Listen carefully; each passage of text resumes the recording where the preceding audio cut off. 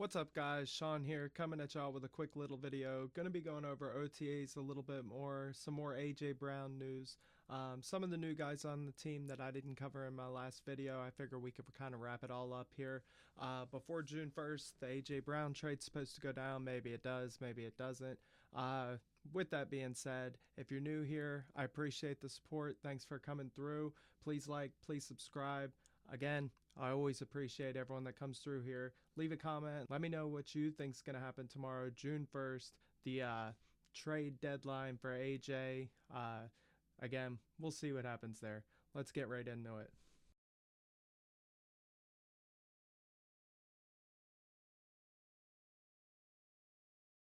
Before we get into too much, we're going to do a little bit more on OTAs. Last time around, I really just covered Jalen Hurts and Sean Mannion's relationship. A little bit about how playing under center is going to benefit the both of them, benefit the O-line, and we kind of touched on guys here and there, but we're going to come back today. I got a little list here. I kind of want to go through some names that I'm going to be watching this summer and into next season.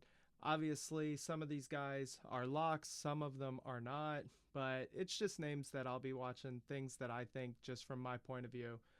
First person's obviously Tank Bigsby. I kind of already talked about him a little bit. I want to see him getting carries early in the season, see what he's got, see if he's really ready to push behind Saquon Barkley, see if he's really ready to slide into that RB2 role full time. Last year was a pretty good year for him with the health of the O-line considered. It's pretty surprising he was able to do the things he was able to do. So, behind a healthy O-line under center with a competent OC, you really expect to see him shine. So, we won't dig into him too much, but I will be watching this summer. Tight end Eli Stowers. Not being a big blocking guy and then going into a tight end 2 role is going to be a little tough for him. With that being said, we've seen the Eagles run 2 and 3 tight ends in the past. You go all the way back to the Super Bowl against the Patriots. Trey Burton was in that tight end 3 role, wasn't much of a blocker, more of an inline guy, slot guy, and we were able to get him a lot of touches. I don't think this is going to be the same. I think Eli's a little more capable in the blocking than people give him credit for, but not perfect, so we'll want to see him get better at that. Throughout training camp, throughout OTAs, mandatory minicamp, they're going to be putting him through the ringer. They're going to have him blocking a lot. They're probably going to put him in a lot of those situations in preseason. So it won't be surprising to see him get a lot of work early and into the season. I expect to see him on the field probably 30-40% of the time by the end of the season. Especially with Dallas Goedert's health being up in the air. You never really know what's going to happen there, so he may end up starting some games this year, which could be big. Excited to see what he's going to bring to the table. As far as the wide receivers, I'm kind of grouping them all together. A lot of new faces, so you're excited to see everybody work. Who's going to make the team? Are all these deals set in stone? Do you think anybody gets moved around? I'll be watching Hollywood Brown, Dontavian Wicks, Makai Lemon, Johnny Wilson. Obviously, Johnny Wilson was getting a start during OTAs.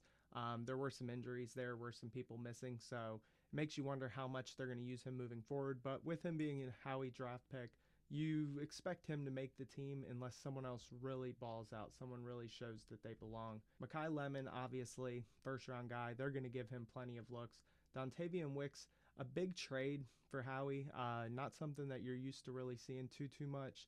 And then some guaranteed money going into next year. I expect him to have a pretty big impact this year, but I think the real plan for him is 2 years. I don't think he's in a rush. I think he's pretty much locked in.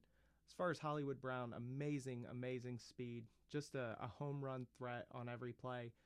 Could be a guy that could slide into the starting lineup pretty quietly and rack up some big plays this year. Depending on how he looks on deep balls with Jalen Hurts, it could be hit or miss, but I expect him to have a pretty big season as well. And then the guy, I can't remember his name, I didn't write it down, that we got, A.J. Brown's friend, he's probably in the trade with A.J. Brown. If he leaves, the friend's probably going to go with him, so I didn't really want to talk about him too much.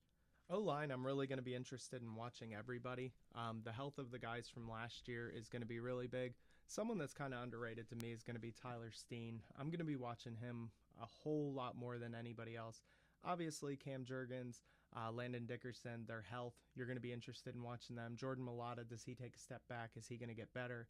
And then the same with Lane Johnson, a year older. How does he play this year? How does he look this year coming off of injuries? But Tyler Steen's in a prove it year. He's a guy that's got to make big plays right now. He can't really afford to just sit around and expect a spot to fall to him. With all the rumblings about the potential of bringing back Mekhi Becton, you really want to see Tyler Steen do something early to solidify that spot, because otherwise he's going to get skipped over.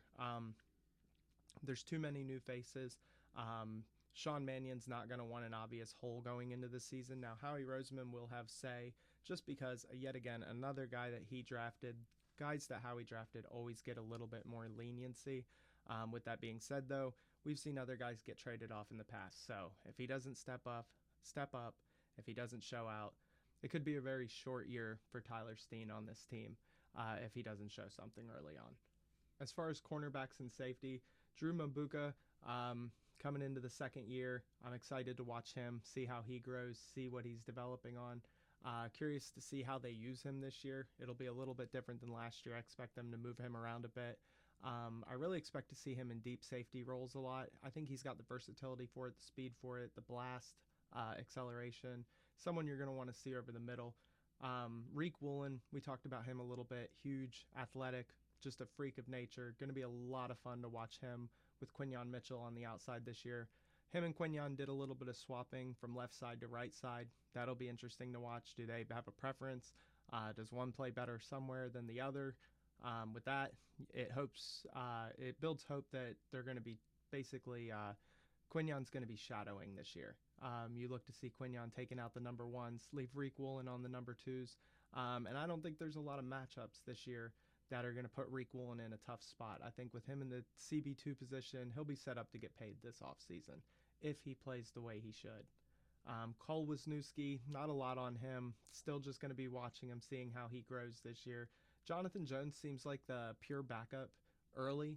He's filling in outside, filling in the slot, moving around a little bit everywhere. And Michael Carter's playing a little bit of safety with the second team.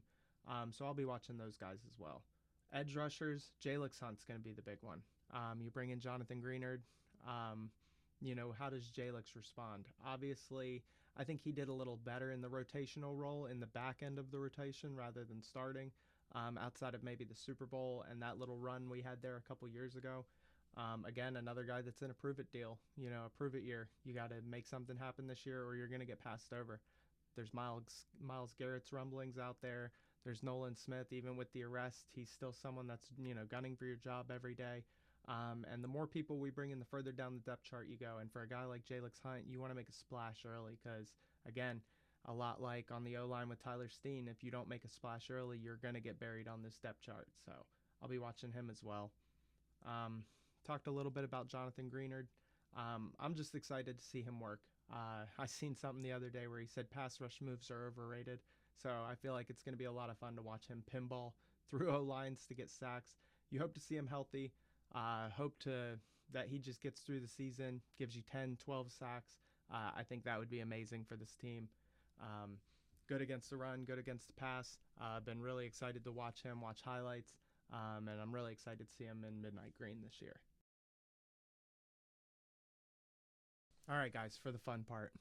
The A.J. Brown rumblings. This is pretty much what I've been saying the entire time, and these two posts really solidify everything that's going on with the A.J. Brown trade. Nobody knows what's going on. Nobody. Here you got John Clark. I hear it's a New England for a 2028 first round pick. He's a good football player, but that's a hell of a deal for Howie. It's getting done. Howie's ready to put this behind him. Two separate NFL general managers not involved in the A.J. Brown negotiation on what they are hearing as far as the compensation for A.J. Brown being traded possibly this week. So here, it's a done deal. It's 28 first, maybe something else. Either way, first round pick for A.J. a year out. Still a first round pick. That's what you expect to get for him. Anything less is a waste at this point. But the problem with that, beat writer out of New England, the Patriots are not overly eager to send the Eagles a first-round pick in any capacity for A.J. Brown, per Jeremy Fowler, ESPN. I talked to some people involved. I was told the Patriots are still totally confident they can get this done. Just a few more days. Nobody knows what's going on. Nobody. It's all just people saying things at this point. Um, the only thing that's going to tell us what's done, what's real, what isn't, is Adam Schefter and Ian Rappaport. Until either of those guys say something, I don't believe it. And they've all said the same thing. It's done, it's not done. These guys are interested, these guys aren't. These guys are nibbling, these guys inquired. It's all the same stuff. The AJ Brown stuff is going to continue to drag on. There's no surprise here. Tomorrow is, the day, according to a lot of people. I'm not going to be surprised when it comes and goes and nothing happens. With that being said, if anything does happen, I'll be here, guys, and we'll talk about it. What do you think AJ Brown's going for? Where do you think he's going? Is he staying with the Eagles? I said in a short earlier today, I don't really mind if he stays with the Eagles. Personally, the idea of having him with this offense for one more year just terrifies the rest of the league. I think it'd be fantastic. I wish they could work it out. It seems like they're not going to. I heard today he deactivated his account. So we'll see. Maybe it's all just a smokescreen. Maybe this is all just for the NFL ratings. Maybe it's actually nothing. But anyway, guys, I appreciate y'all sticking with me for this one. A little bit longer video, a little more talking about individual guys. I'm going to try to dig into more one-on-ones as we go forward. Probably do position groups, who I'm excited for, what I expect out of guys, what we're seeing, what we're hearing. But anyway, that's going to be it for today. I appreciate y'all so much. I love you. Thank you for coming through. I'll catch you guys in the next one.